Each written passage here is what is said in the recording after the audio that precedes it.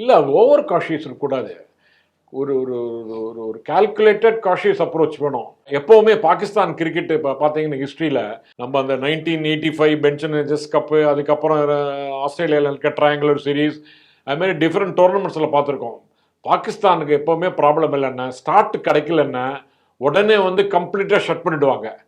முன்னெல்லாம் பார்த்தீங்கன்னா 42-4 அப்படின்னு இருக்கும் 15 ஓவர்ஸில். அந்த காலத்தில் ஸ்கோரே கம்மி தான், 220 230 தான் அடிப்போம். அதுக்கு போய் சூட்டாச்சு.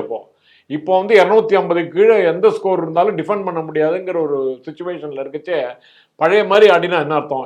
இம்ரான் கானும் ஜாவேத் இருந்தாலும் 15வது ஓவரில் 42 ஃபார் 3 ஓவர் 4 ஓவர் விக்கெட் இருக்குச்சு ஆடினாங்கன்னா மெய்டன் ஓவரே ஆடுவாங்க. அப்பெல்லாம் 2 ஓவர் 3 ஓவர் மெய்டன் ஓவர் ஆடும், இல்லைன்னா ஓவருக்கு ஒரு ரன் வரும். நேற்று திட்டத்திட்ட அதே மாதிரி தான் ஆடினாங்க. ரொம்ப ரொம்ப ஸ்லோ. அது வந்து அதுவே அவங்களுக்கு வந்து பேக் ஃபயர் ஆகிடுது. அவங்களுடைய பேசிக் ப்ராப்ளமே வந்து புவர் பிளானிங் இன் பேட்டிங்.